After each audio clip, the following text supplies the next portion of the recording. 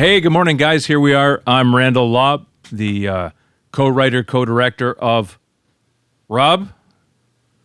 What is it called? Co-writer, co-director of Rob. Say it. I like the way you say it. What do I say? Power of Grayskull! The power of Grayskull, the definitive history of He-Man and the Masters of the Universe. I thought you were going to do the I have the power. Did I just mix up Gandalf and He-Man? No, you're thou shalt not pass. Yeah, I think I did. I actually was Gandalf holding up the power sword. Sorry, guys. And I think for ease, Rand, you're the writer-director, I'm the writer-director. This whole co-business, we get it. Forget it's the co. Us. Forget the co. Yeah, we get it. There's no you co. You can introduce yourself as that. I can introduce myself as that. We get where we are. My title is irrelevant. My name is Randall.Lobb at fauxpop.heman.co.uk.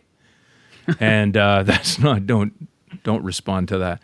That's on your birth certificate. So it's fitting that it's come full circle from birth to possibly death with this documentary. I hope not. I've been through so much with this name. Randall Lobb from Faux Pop Media up here in sunny downtown Canada. And please introduce yourselves, guys. Well, I'm Rob McCallum from sunny and dry Las Vegas. Just waking up on a nice Sunday morning to have this chat with you fellas. And Randall, we are joined by a friend that you've had a lot of dealings with. That's and right. Somebody that I got to chat with while we were getting all set up on the tech side. And I'm jealous of his toy collection in the background. We're here with Tom from Toy Lines. Tom, tell us a little about yourself. Say hi to everyone watching. There he is. Hello, everyone. Tom Romero. I'm with ToyLines.com. I've been an avid He-Man fan since birth. Ever since I saw the Filmation cartoon, I just fell in love. And then it's only grown since I started collecting the action figures. I was fortunate enough to have a great family to, support my He-Man habit at such a young age. So they're enablers, is what you're saying. Yeah, pretty much. Yeah. God bless. I like it. Good for you. So Tom and I, we bumped into each other online. That didn't come out right at all. Tom sent me an email out of the blue when we were doing Turtle Power, and before it was sold, when we were still trying to figure out what was going to happen. Famously, Michael Bay came up at the Nickelodeon upfronts, and he got a kind of a firestorm of controversy set up when he said, in so many words, the turtles are aliens, and people started freaking out. So we saw that as a good time for us to get some of our information out there. We put up the website and a teaser. And I don't think, Tom, it was very long before you contacted me, was it, after that? No. Yeah, once we saw the website, I was like, I have to interview these guys. I mean, they're making history. They're, telling the origin of the Teenage Mutant Ninja Turtles. I mean, we have the correct origin at that time. Yeah. Well, yeah, I think what happened was Michael Bay, he misspoke. I don't think he intended to say the turtles were something other than mutants, but it's all speculation. Anyway, as always, with fan excitement of any sort, it can turn in a heartbeat, and it turned on him, and we tried to jump in there and let people know, hey, don't worry, here's the history, and that's when we started this idea of the definitive history, and kind of in response to that. And as I say, Tom was very quick to send an email and say, would you guys be interested in talking? And we did an interview for your website, which toylines.com, toy-lines.com. Right. And here we are again. This is the third one now because we spoke to you again right after Turtle Power came out in August of 2014. And now Toy-Lines is going to have another interview, and we've got Rob in there. And Rob, why don't you just give Tom your background if you haven't already? Well, off mic we did. Yeah, I've been making movies in some capacity for the last 15 years. Just Nintendo Quest is the most recent one to make the rounds. It's only been really out for a month, and it's still got a huge future ahead of itself in terms of what platforms and its rollout strategy. So that's really exciting. And of course, it's Turtle Power that got me connected with Faux Pop Media. They had done Isaac specifically had done an interview with this Facebook group that I knew of called Turtle Flakes. And I saw that it was mentioned in that interview that he was from Brantford, Ontario, or thereabouts around there. I'm like, wait a second, I'm from London, Ontario, which is about an hour or so away. I should talk to this guy because he likes pop culture stuff like I do. And it was floated during that very first chat hey man, we should do a He-Man documentary. Yeah. So you're the problem. Okay. And then flash forward to Nintendo Quest finally being finished, Turtle Power been out, about a year, and we started talking, and he dared to introduce me to Mark and Randall, and the discussion started happening, and we said, hey, you know what? Why don't we try this? Let's see where it's going. They had a great thing going with Definitive History. Of course, they got a Riddle of Steel coming out, and Shenmue doc as well that chronicles all that stuff, which is great. So they have this ongoing series of these great pop culture franchises. And in some respects, I'd be a fool not to kind of jump in and learn from what these guys have built and what they plan to do going forward. Well, that's very kind of you to word it like that. Well, I mean, in reality, you guys have done things that I've always aspired to do as a filmmaker, right? So I've just been kind of doing, we talk about the grassroots side, kind of cobbling it together, building that small army. And I remember we said, maybe we should try to do a teaser trailer for this He-Man documentary for the hometown screening in Nintendo Quest, just to see what people would think. Right. And I think 48 hours later, the internet was set on fire, and all of a sudden, everybody that had some sort of passion or connection to He-Man was reaching out to us, and it caught me off guard. Yeah, and me too. When I go into these, the subject matter in question, I'll be honest, I don't always come in as a straight up fan. I come in as a little more, and this sounds awful to say it, but a little more academic in a sense. Like, I'm curious about these franchises from a wider perspective. And I don't know if you know this, Tom, but I've been teaching 25 years. So as a teacher, I've taught media, and I've always taught the history of pop culture in music and movies and television and in comic books and any aspect of pop culture. So, well, I kind of remember you when you first heard about the Turtle documentary, you almost weren't going to be a part of it. That is 100% true. Yep. Yeah, the documentary work that my partner Mark and I had done before, we dealt with Cambodian landmines.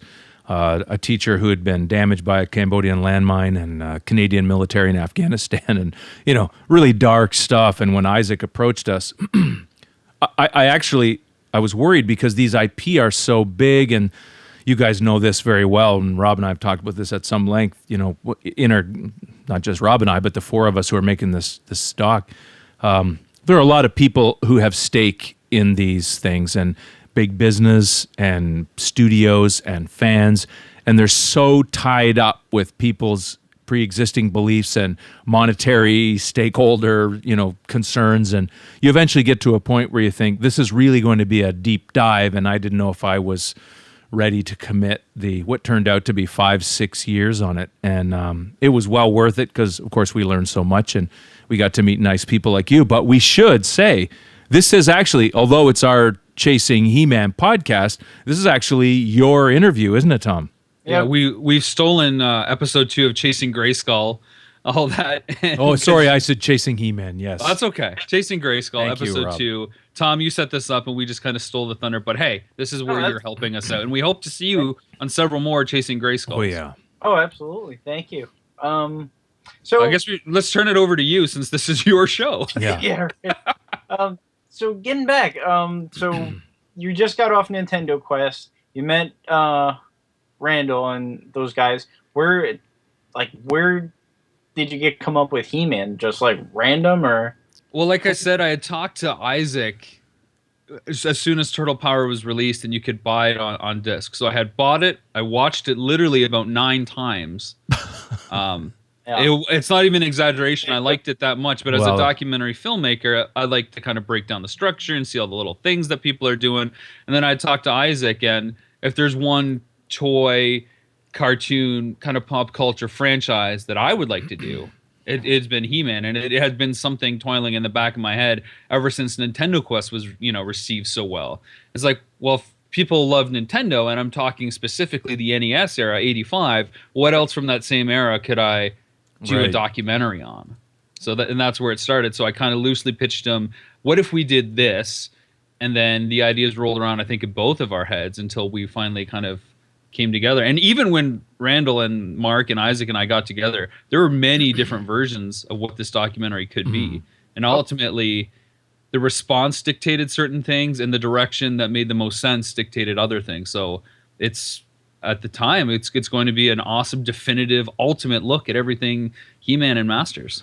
And in my case, Tom, I was worried about He-Man.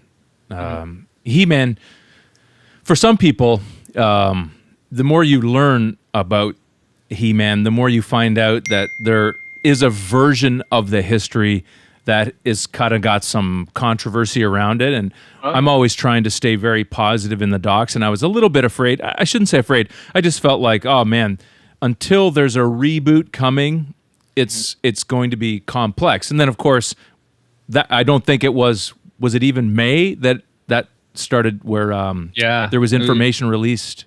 Yeah, the script page was tweeted out, and so the idea of this reboot becoming more than just a rumor was becoming more and more concrete. So if you look at what happened with Turtle Power, these guys doing their stuff, marching towards the inevitable Michael Bay announcement with what's going on in that release, you can see the parallels that we hope to achieve with Power of Grayskull. And that's what it is, Tommy, for me, that's what turns the IP around, is when there's other stuff happening, then the risk is kind of worth it. And then there's a lot of energy. As I say, if there's a legal muckery in the background, once there's a reboot coming, the energy is all pointing forward. And then you can get in with that, and people are less likely to say, hey, man, don't be messing around in He-Man right now. You know what I mean? There's forward motion. And that's all, to me, that's always important. Now, Rob and Isaac in particular, I think it's right in your sweet spot, isn't it, Rob? Yeah, it's like you, Tom. It's part of our DNA growing up. There's just something that speaks to us about this, and that's where it all started for us as filmmakers. It's what is that? So the big question that we've been floating around is, what is the power of Grayskull? From however you want to look at it, to something that's in canon, to something that's affected fans. What is the power of Grayskull? So, and then that's a complex answer, I think. Very much so. How far have you gotten so far? Like, is it still in pre-production, or? Oh, it's done. We just have to film it. Development is complex on this one in a way. We're just trying to line up resources, and we're trying to get people interested. And I mean, I could drop a bomb on Rob right now. Mattel reached out to me just the last few days. No big deal. And would like to talk. So what the hardest part right now, there are a couple ways to approach any documentary. You can just dive in and start building a documentary. And that's a great way to go, because that's how kids learn to swim. Throw them in the water and they're building it. You can build the documentary as Rob did with Nintendo Quest and say, this is not authorized, but that's not relevant to the documentary that he's making. He's making a documentary where the subject matter is beside the IP in question, right? It's the story of Jay and the story of Rob and Jay and the challenge.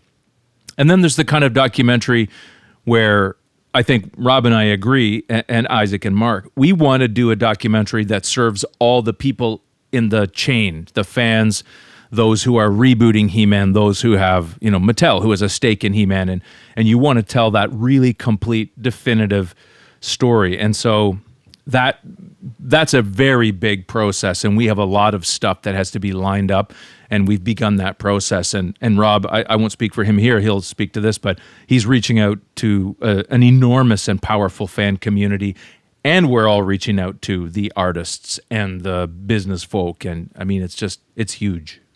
Yeah, it's been interesting. Like I said, the reaction that the fan base has had to the announcement has been huge. And it happened a lot sooner than we expected. We thought we'd have a cozy 3 to 4 months to start gathering some contacts and build that filming schedule. And then all of a sudden, this just hit like an atomic blast. Wow. And people started contacting us. Usually it's the filmmakers going like crazy to try to get other people on board.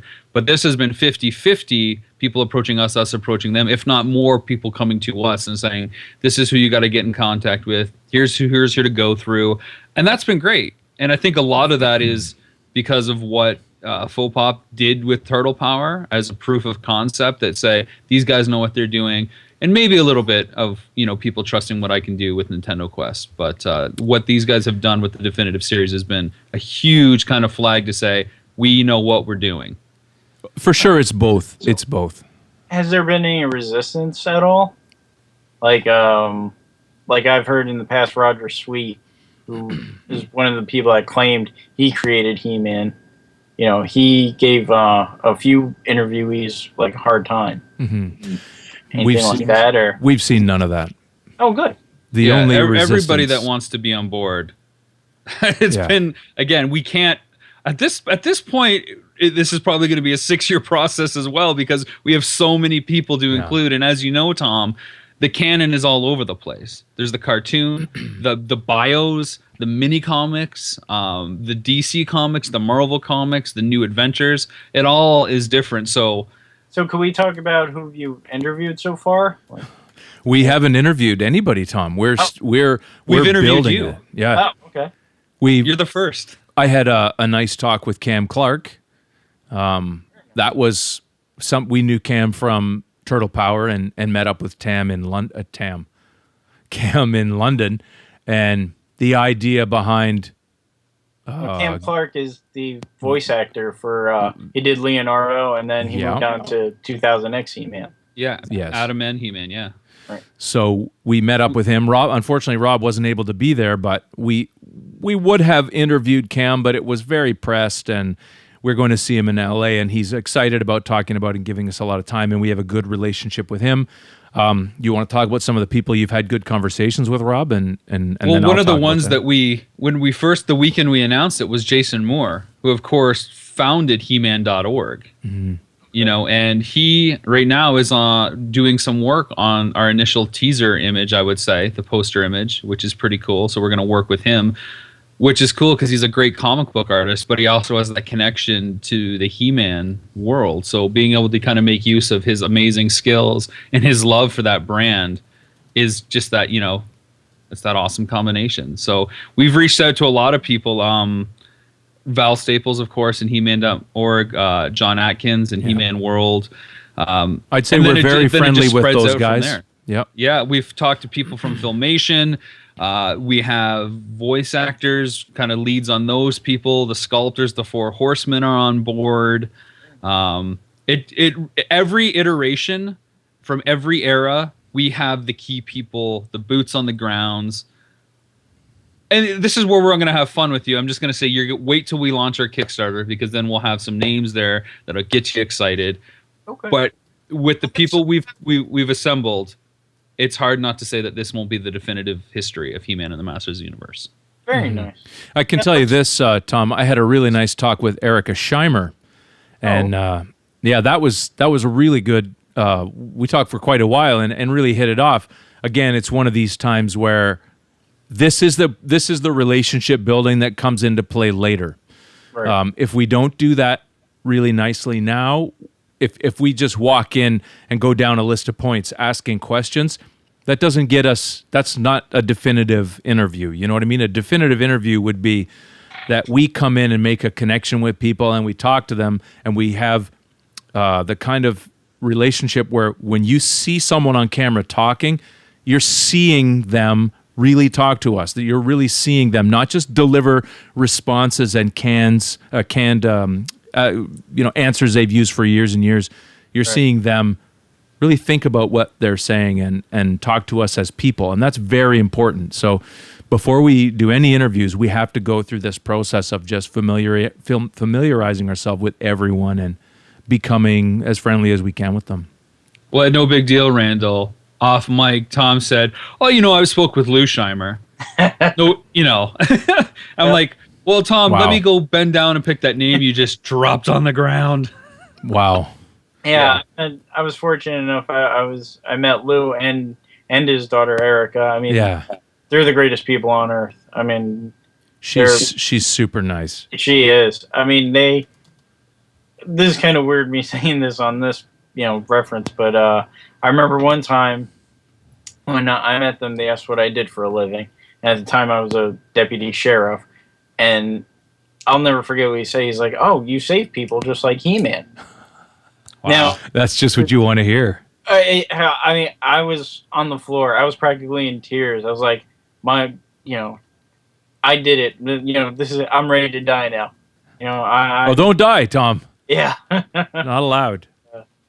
But yeah, I mean, that meant so much to me. That's really great. Well, you know what? She said something about her dad that I think probably everybody knows. I mean, anyone could go to Wikipedia and read about him, that he was a good guy, that, some people say this is apocryphal, but apparently his father had to leave Germany because he punched Hitler in the face. And, what she said was he is himself responsible for building the values into He-Man, that was super important to him. And him personally, he would never be involved in something that didn't have a really serious integrity to it. And it was very important to him that the moral lessons and the idea of being a good person were baked into whatever he was involved in. He is a very moral, very good person. Yeah. Yeah. Now, let's move over to crowdfunding. Now, you're using Kickstarter as opposed to like other, GoFundMe or anything like that. Is there a reason why you chose Kickstarter, or? Yeah, I think Kickstarter is, the most prolific crowdfunding platform. I think it's the most well known. I think that Kickstarter has the inherent stakes built into it that can really help unify the fan base. It's all or nothing. Indiegogo has that option, but that's not what it's known for. Everybody knows for something that goes on Kickstarter, you have to hit that goal to get there. So it's a rallying call, We can all do this together. We can all be part of it from day one. And I think that's really important. And when you take a concept like He-Man and this fan community, we all want to see the best kind of thing possible. So why not let the fans help us do this and help us guide the version of our final product?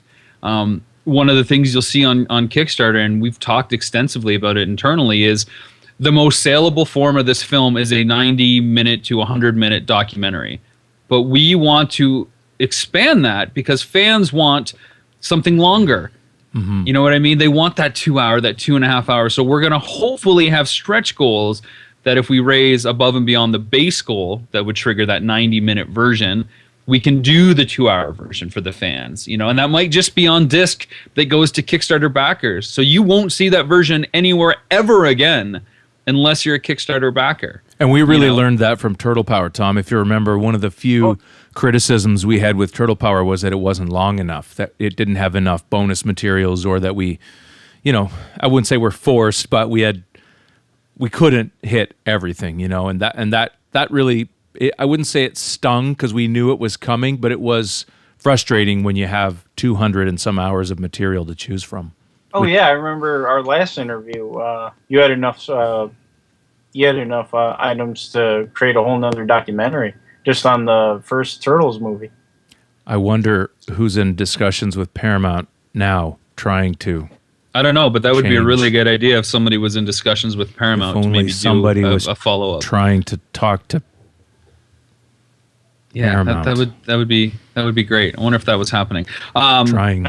Somebody must be trying somewhere. Yeah, probably. Drinks tea nervously. So Kickstarter as opposed to like GoFundMe and Indiegogo, because it's a rallying call. And Kickstarter is where the pop culture fans are too, right? Indiegogo tends to get film fans, like people who are film buffs in a way.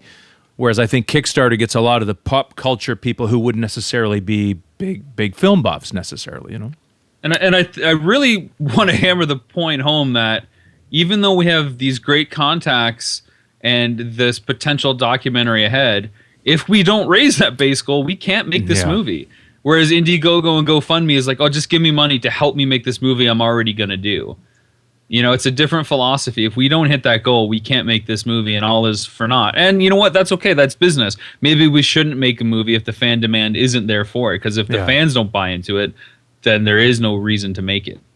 So this is where we really need the support. We want to do it. We want to put the blood, sweat, and tears into it. And for the most part, we're just asking people to kind of pre-order their copy of the film ahead of time. Now, there are going to be some very, very cool exclusive Kickstarter rewards. Like I said, the extended versions. What? Yeah, it's true, Randall. We got some pretty cool things cooked up, I would say. But nothing toy-like or action figures or anything like that. There may be some toy and action figure-like rewards that are out there where... It's weird. That's weird. Yeah, I'm going to just kind of leave it at that. But nothing exclusive. Nothing exclusive. No. Oh, it wouldn't be anything kind of exclusive, one-of-a-kind opportunities, chance in a lifetime. That's nothing like that. That would be ridiculous. Not with the people that we've got connections with and what we're trying to do. It wouldn't be anything like that. But it would be cool maybe if that was the case. Oh my God, that'd be amazing if only that were true. If only. Now, will you be solving any He-Man mysteries with this documentary? Actually, I think so. Yeah. that's a series we're pitching right now, He-Man Mysteries, Yeah. where He-Man. Scooby Doo meets He-Man. There As it far is. as, like the origin of Wondar, or, where the Fuego T characters, came from. I think all these kind of play into the broader scope. I think the real mystery is what is the history of He-Man, and how do all these other little snippets and slices fit into that? So solving the grand prize will in turn trickle down, and we'll get other answers and stuff like that. So whether it's Wonder and the Wonder Bread connection or lack thereof, or the Fuego stuff, or what canon is the true canon, and even the broader question, what is the power of Grayskull that everybody seems to want and go after? And I would say this, it would be a great time for someone like you to send us the email looking, can you find out about this? And everybody should feel that. Any fan, that was a terrifying noise. Any fan who wants to send us questions, to Please do. Yeah, try and get us to poke into the area that most concerns you. Send those questions in. We're definitely into that. We have our perspective, of course, but this is a doc for fans, hence us going to Kickstarter. So, Tom, I'm going to turn the tables on you and interrupt your line of questioning. Sure. What would you like to see in a definitive history of He-Man documentary? Really, the origin of Wondar, the Wonder Bread connection. Maybe we can figure out, how, or even connect Conan to He-Man. Oh, that one we're doing for sure. Yeah, because we're doing a doc. I will say on the Conan. Wonder front, we have connected with somebody whose dad worked at Wonder Bread during the He-Man era. Wow. But another thing I also wanted to pick up now, She-Ra, New Adventures. Now, in the grand scheme of things, so far they've only kind of been a footnote. Like, He-Man had a twin sister, and then He-Man went off to space, but, let's go back to Eternia. Now, will you guys give her, will She-Ra and New Adventures be prominently featured in this documentary? So, Tom, do you remember the answer I gave you off mic when you asked us about what the finished film would look like? Okay. I said something along the lines, it depends on the footage, what we get, and what that final film could look like. Okay.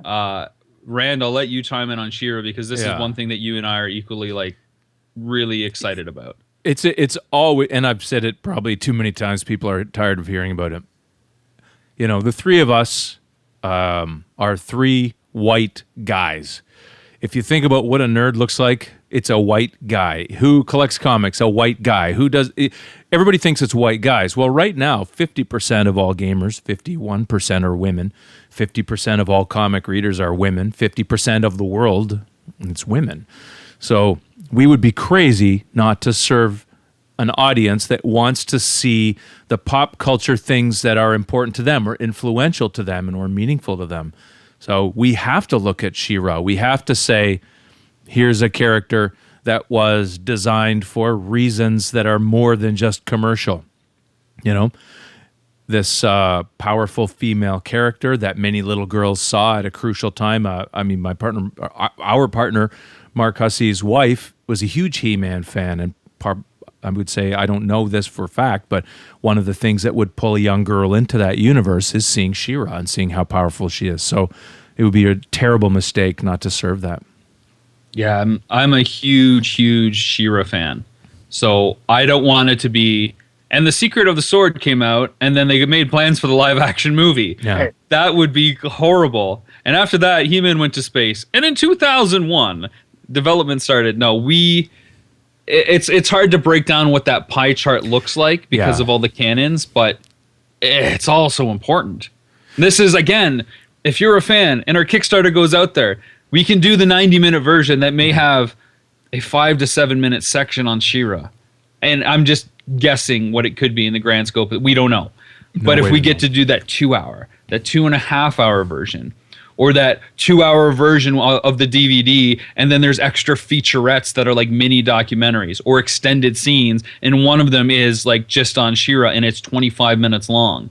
Sure, wouldn't that be great to kind of see what we've got, even though the main film only has this chunk in it, but if we can expand upon it because the fans want to see it, then we will absolutely do it. We don't want to make the Black Widow Marvel mistake. To me, that's a huge.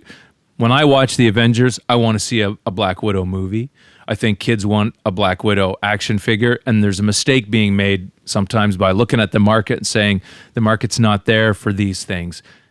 Not true. And that's unfortunate because on Netflix, Marvel released an amazing animated team up between Black Widow and Punisher, which is fantastic. And if they would have done, or if they would do a Black Widow feature film like that, not even a team up, but just that style, it'd be awesome. I mean, look at Jessica Jones, right? Like, everybody's excited. Everybody's excited about that.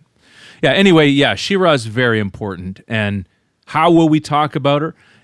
My gut right now would be we'll talk about her in a way that is serving the concept, like the importance of that character and how meaningful it is to have that representation. But, then there's the canon aspect, and Rob's in a better place to speak to this. How is she important to the story structure, and how does she work in terms of filling out certain aspects of the switch? I mean, you described the sort of the He-Man and He-Man, you know what I mean? The two chunks, or however you would word it. I think she's just an integral character because it makes He-Man question who he is by seeing somebody else who possesses the same kind of powers as him. Most heroes are defined by their villains, by making the choices that the hero or that the villains will make, but the hero will never make. Batman won't make the choices that the Joker makes. So He-Man has always defined himself by not doing or going to the lengths of Skeletor. Now he has an opportunity to define himself by what his sister, someone imbued with the same power on the same moral path, can do. And I think it's also important to talk about it in the height of He-Man, the fact that they're going to spin an entire, female version of that out there at the height of everything. So I think that's really important. Isn't there a DC comic of She-Ra right now? I'm just Googling They did a bunch of one-shots where they kind of twisted the origin of She-Ra, which was pretty well received, I think. Yeah, the Eternity War. Yeah, and it's going on. Yeah. So that just shows, I mean, it's a character, she's a character that deserves to be looked at for sure. Yeah, Eternity War. And as far as New Adventures. Oh, yeah, we definitely want to turn our eye to New Adventures. I know we mentioned in our first episode of Chasing Grayskull. Mm-hmm. If you haven't seen that, go back. You can check it out on iTunes. Just search Chasing Grayskull. We talked with the showrunner, Jack. I'm going to mess up his last name, and I apologize. Olesker. There you go. So we talked with him, and he gave us a pretty cool breakdown of what happened and the idea behind it. And like you said, funny enough in your question setup, it's always back to Eternia. Yeah. And I think that was some of his designs. He wanted it to come back to Eternia after going to Primus and stuff. Yeah. Yeah, it's got to be looked at because it's sort of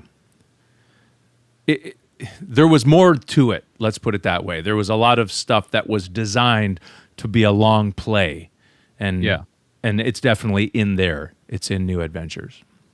And it's crazy, like you say, it's a footnote, Tom. But it had, 65 episodes? Yeah. It's half as long as the original season. Yeah. I mean, it's not short, but people act like it's a 13-episode run. You know? Like, it's like, we don't count that. But it's a continuation of the story. It's not a brand new reboot. It starts on Eternia, with He-Man revealing his identity as Prince Adam to the King and Queen, and going forth based on that. So it's important. I mean, that's a huge important story note in canon, right? At what point can a hero reveal himself to the people he said he never would? Right. And even with the mini comics now that are being packaged with classics, it goes back to, he comes back from space and now he's King He-Man. Yeah. So, well, that's good. So we'll get into some lighter stuff. So who's your favorite He-Man characters?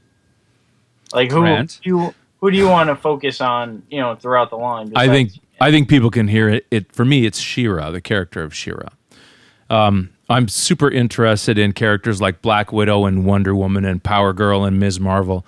And it's part of it's my age. I didn't, I was never playing with these toys. I missed all of the experience. Isaac always says when I was a kid, he said, "You never played," which is, in a way, it's true. It was a different kind of world when I was a kid. It was like sticks and rocks and knives and stuff that kids aren't allowed to do now. So I'm interested in these female characters of strength. Yes, I have a daughter. Yes, I have a wife. Yes, I support whatever equal rights for men, women, black people, whatever.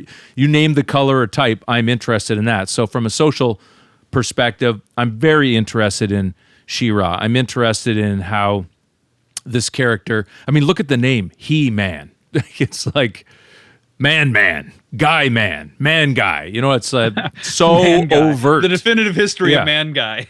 So then you have She-Ra and you throw her in there. And now there's a real, how do we do this? I can see if I was in a story room and we were sitting around talking about that character, I'd say we've created this very male thing.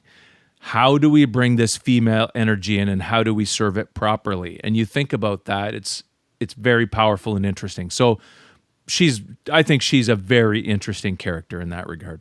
And I think there's a lot of illusions too that see He-Man compared to Superman. Obviously, He-Man's first comic appearance is against Superman, right? We know that DC Presents number 47, right? And you're reaching for it right now. I can tell. Look at you. You had it ready.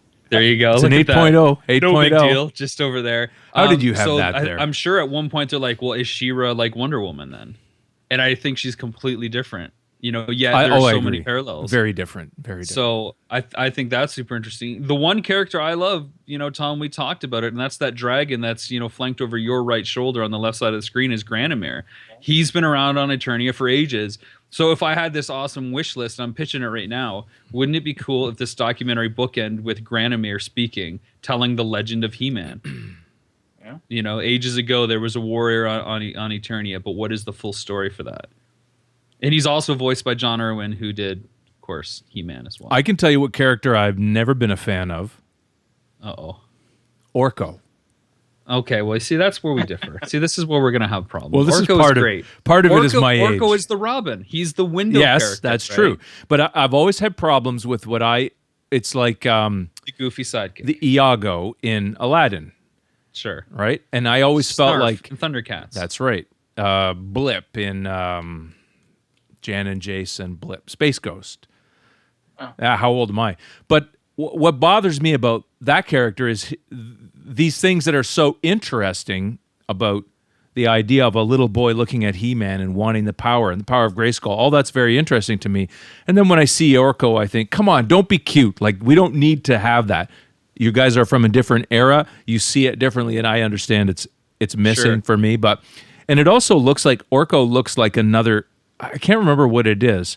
What character looks like that? Is it an MGM, Merry Melodies, a bit like Marvin the Martian, maybe? Yeah, a little bit. Maybe. I can see that. Anyway. See, I like Orko because he's almost the antithesis of what Adam wants to be. He came from Tralla as a great wizard and lost all his powers coming to Eternia. And he's coping with the ability that he's essentially reached his peak and has to reinvent his life and his place in the world. Okay, well, that gives it more meaning for sure. I've won you over on Orko. Well, you haven't won me over, but I do look at it more from I feel like, why do they always have to put the cute thing in there, you know? Yeah. I find it frustrating. I don't want cute things in my life.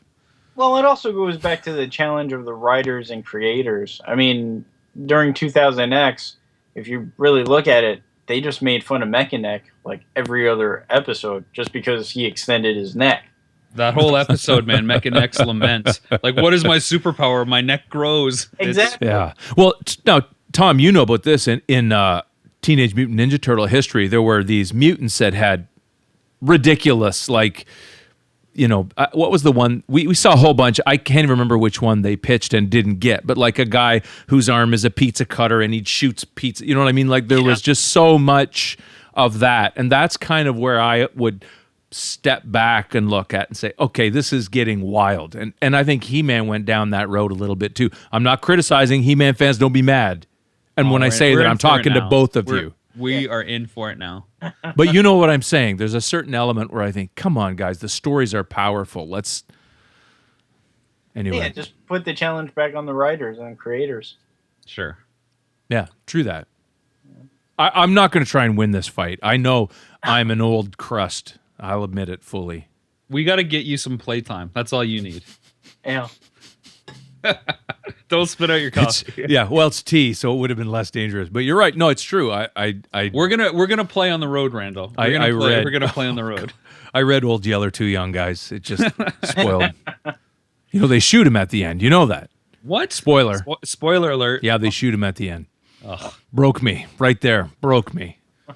Hey, Rob, you mentioned John Irwin. Has there been any attempt to contact him? Because he's one of those creators that are desperately shying away. I think you're right in calling him a creator. And one of the things we're talking about internally is like, who is He-Man and what that means.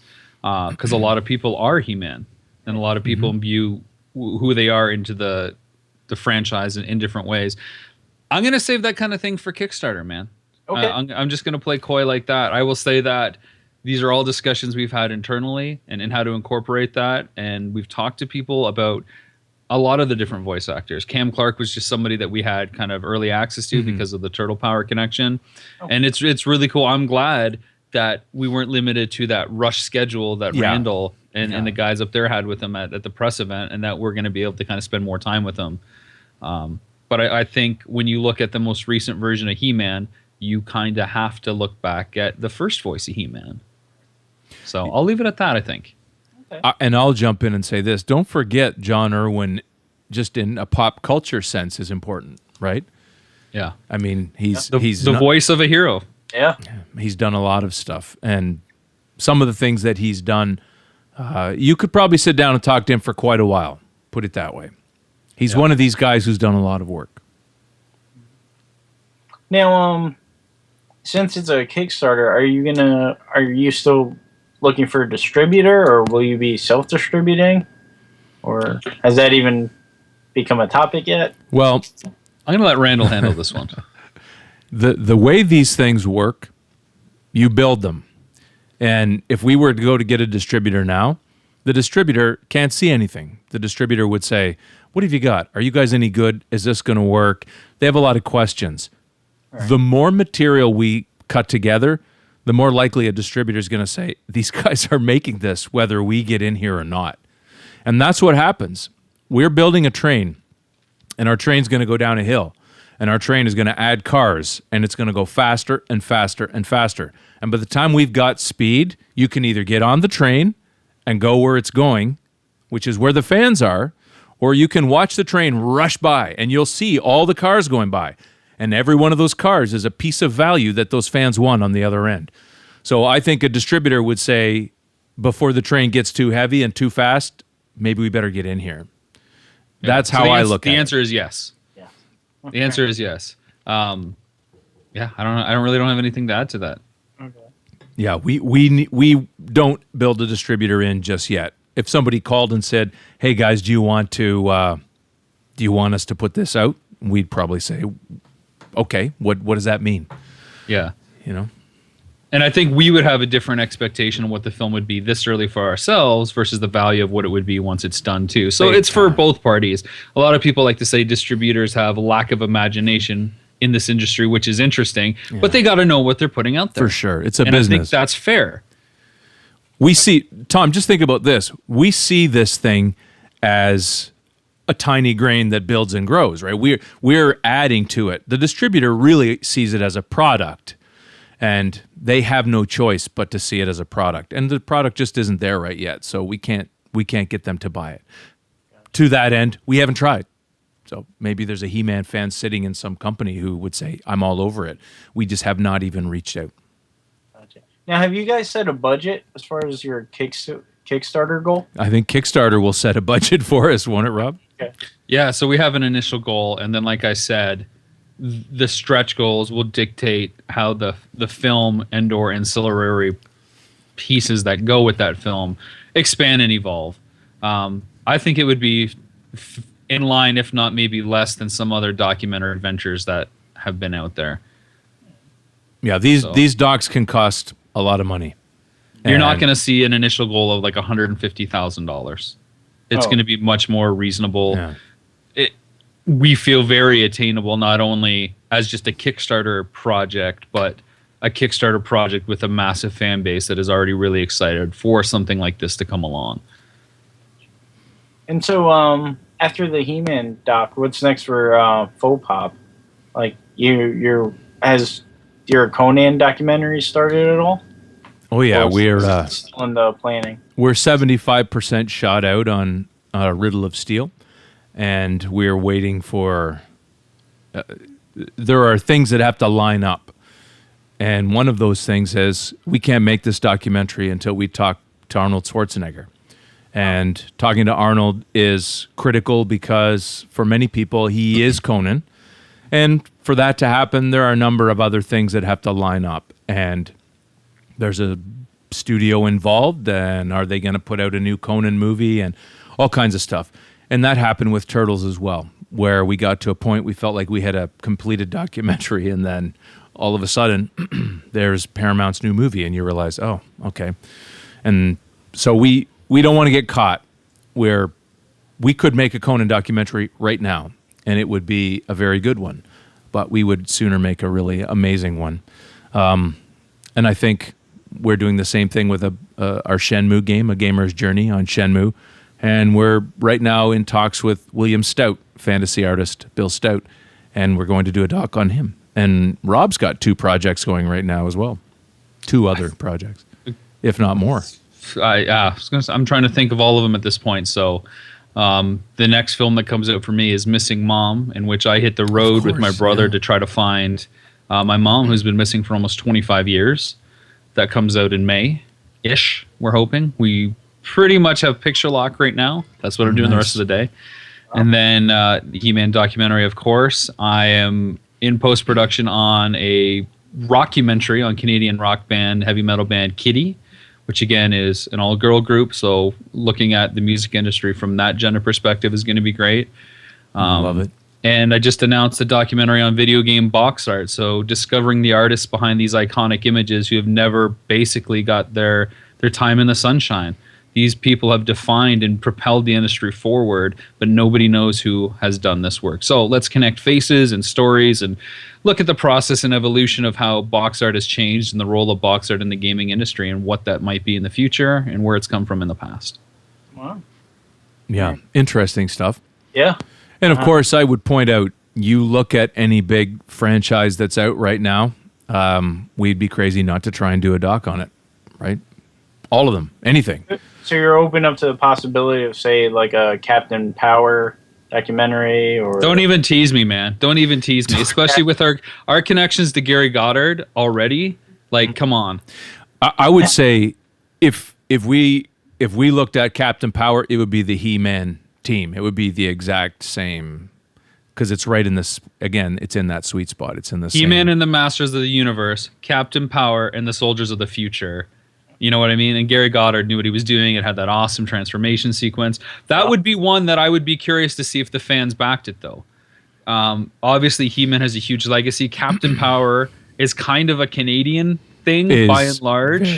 Very much. So I wonder how much the world would want to embrace that. So that would be an interesting question to explore. And if we were to move forward with something like that, we'd probably do a lot more research on the viability of that project.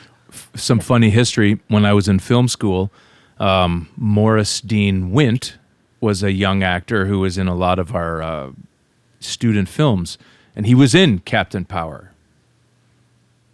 Very cool. Yeah. And he was also in Cube, if you remember the movie Cube. Oh, yeah, I do. Vincent and Natalie Ryerson, yes. Yeah. So, we would be looking at things like that. I can tell you what, another thing that Rob and I have talked about, sort of a dream documentary, is starts with an F, rhymes with haggle. Fraggle. Comes from a rock. Mm-hmm. Yeah. Yeah, that would be great to look at that. There are a number of things. Especially with that gearing up for its own big screen release. And it was in the news again not too long ago on the Muppet Forum. So, yeah. There's never a shortage of material to explore. It's just time, effort, energy. How about this, Tom? What would you like to see? What do you think is the thing that we're not seeing? You know what? I'm a big fan of documentaries. I would love to just see anything as long as it's done well. I just finished watching 2 of them. One was The Death of Superman Lives. That's a very good doc. Which I thought was fantastic. I actually know John Schnepp very well. I interviewed him before that came out. How did he get those interviews? Unbelievable. Yeah. You know how he got those interviews? Don't tell me he's tied with Kevin Smith. No, it's the same way that I got the interviews for Nintendo Quest that people said I'd never get. He reached out via Facebook. You're joking.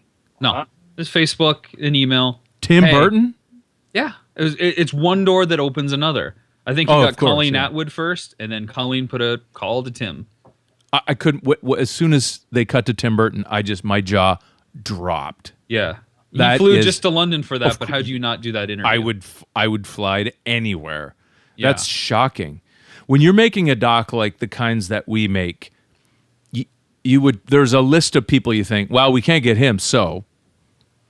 Yeah, and that's Tim Burton. Like, I was blown away. Yeah, and he got so much time with Kevin Smith, and I've tried to get Kevin Smith's. I can't tell you how many times I've tried, and we will continue to try. Wow, you want Kevin Smith too? Yeah. I think he would have an interesting perspective on He-Man when you talk about the canon of heroes that define generations. Yeah, you want him as a pop culture, an expert. Let's be honest, he's a pop culture expert, a spokesperson for a way of thinking about these important franchises. Yeah. Actually, John delayed his film quite a bit, I believe, because he was pushing for Nick Cage, which of course is absent from the film, but when you see the amount of effort that Mr. Cage put into Superman Lives and then where it went, why would you want to necessarily go down memory lane? And a lot of actors are like that, right? Oh, big time. They don't even want to watch the final product. They just know what it was like being present in the scene. They have the trust that it turned out well, and they're moving on. So, without mentioning a name, there's an actor I've reached out to. I won't say which project, but he will not talk about things that he's done in the past. He only wants to look forward. And you find that with some people who have a lot of stuff happening, they say, or their representatives will say, we don't look back. We don't look backwards. Yeah. So there's nothing in particular, Tom, that you would like to see a documentary on that people maybe aren't thinking of? Like, pick a brand, pick a franchise, and we'll put it on the list. We'll steal your idea, just like we've stolen your interview. I hope you pick one that is not on the list right now so that I can go, well, Captain Power was always one that floating around in the back of my head. I mean, obviously stuff like Cops, Central Organization. Wow. Yeah. Wow. Now that is out of nowhere. But Uncle Big Boss. That's out of nowhere. Here's another one, Visionaries from Heaven. I was just going to say my Visionaries. God. My goodness. And I guess along the same lines, G.I. Joe, right? Oh, that was a huge, right after Turtles, that was a huge pitch for us. Yeah. And I really thought that was going to be the next one. I would have bet anything we were doing G.I. Joe next. Or Transformers, given what's on the screen already. And have tried that one many times as well. Let's not do a GoBots documentary. Micronauts? Nobody's done Micronauts. Sectoids? What do we have? Voltron and Sectoids? Sectars? All that stuff. Riders. Dino Riders, yes, they're bringing that back from what I understand. Dino Riders I would actually do. I would, you know what we should do that we haven't done, and Hasbro just acquired the license again to it and put it on their line, and that's Mask. Yes. Mask is part G.I. Joe, part Transformers, and they have that weird like third season where it becomes Speed Racer, and it's all about like a NASCAR race circuit instead of Mask vs. Venom. Like you Joe guys are so out of my league. Mask. Yeah, I don't even know it's that. another acronym too. Oh, it's MA. Okay, yeah, I do remember that. Mobile Armored Strike Command. There you go. So crazy. I would never have remembered that. See, I'm old. We're gonna get you some playtime. It'll be fine. People say to me, what would be my dream doc? How about that, Rob? What's your dream doc? I think I'm doing it. I think this I'm is doing it. it. I think He-Man is pretty much it, man. I mean, I've done one on Nintendo and I've done one on He-Man. The only thing that would be kind of growing out of that would be something on She-Ra, like a definitive history of She-Ra separately. Wow. I think it's hard for me to define something that really hits home and has that nostalgic impact more than He-Man, unless. And this would be like the series, like the 6-part 1 hour series, the definitive history of Batman. Okay, so for me, that's where it is. Yeah, like I want to do a doc. I want to do docs on the biggest possible, the most interesting, deepest characters that there are. Sure. And go and dive all the way down to the bottom. So Batman's on top of my list. And so you'll love this book I'm reading then. Young in Film, It's all about the Jungian archetypes and all that. So I love reading stuff like that. And of course, there's massive chapters on Batman in that. Yeah, Batman is sort of like there are five dreams, and funny enough, Ghostbusters is one of my 5 dreams. Did you know there's a documentary coming out on Ghostbusters? Tommy Avalone, Ghost Heads. Yeah, Tommy's a friend. Yeah, and here's another one of my dream docs, and I'm not saying anything that I think Tommy and I are talking about. There are aspects of Disney, and I won't say what, but there are aspects of Disney that haven't been touched. And there's some Disney stuff that really needs to get looked at, and that's on my dream. I'd love to look at their live action history. Oh, yeah. So good. So good. Yeah. So when I was a little kid, this is unrelated, and we're under an hour, so I'll tell you this. When I was a little kid, the only way, I lived in a very small town in the middle of nowhere, and the only way you could see movies was every so often on a Friday night, this company would ship a movie up to our town. It would be played in our school gymnasium. And I'm talking about like 74, 75. And they would play those old Disney live action movies with Dean Jones, like Blackbeard's Ghost, Computer Wore Tennis Shoes, those movies. And for a certain generation of people, I mean, that movie was so exciting. That darn cat would come and you'd be like, oh my God. And go, and that'd be the only way you could see that movie back then. Wow. So important. Yeah. My dream job was to be an Imagineer. So imagine going to talk to Gary Goddard and finding out his background. Wow. Unbelievable. I think along those lines, man, it would be great to do a documentary. And I think we're going to touch on it a little bit with the box art stuff is practical effects. Oh, yeah. Like so good. The in-camera stuff that was so prevalent in the 80s, the evolution and decline of that and how it's even starting to come back around. Oh, yeah. Mad Max, you saw Fury Road. Oh, yeah. The use of practical stuff and how they combine practical and CGI in that is revolutionary. But imagine doing like the definitive history of like practical effects. So you're talking everything stop motion or go motion or whatever you want to call it and in camera. Oh, and then that ties us back into the Jim Henson stuff and Ray Harryhausen. Yeah, of course. Yeah. And Willis O'Brien. Listen, we can't even do this. You're just making me crazy. These are on my giant list. Okay. I'm upset. I'm upset. Look up. Yeah, you're crying. Oh no, it wasn't. It was sweat. Well, guys, thanks again. It's been wonderful and pleasure. Oh, thank you, Tom. I'm all out of questions. So. Oh, we broke him. We broke him. Yep. We broke him that quickly. In under an hour. Nice, new record. That's because he asked 3 questions and we talked for an hour. Okay. No, that was awesome.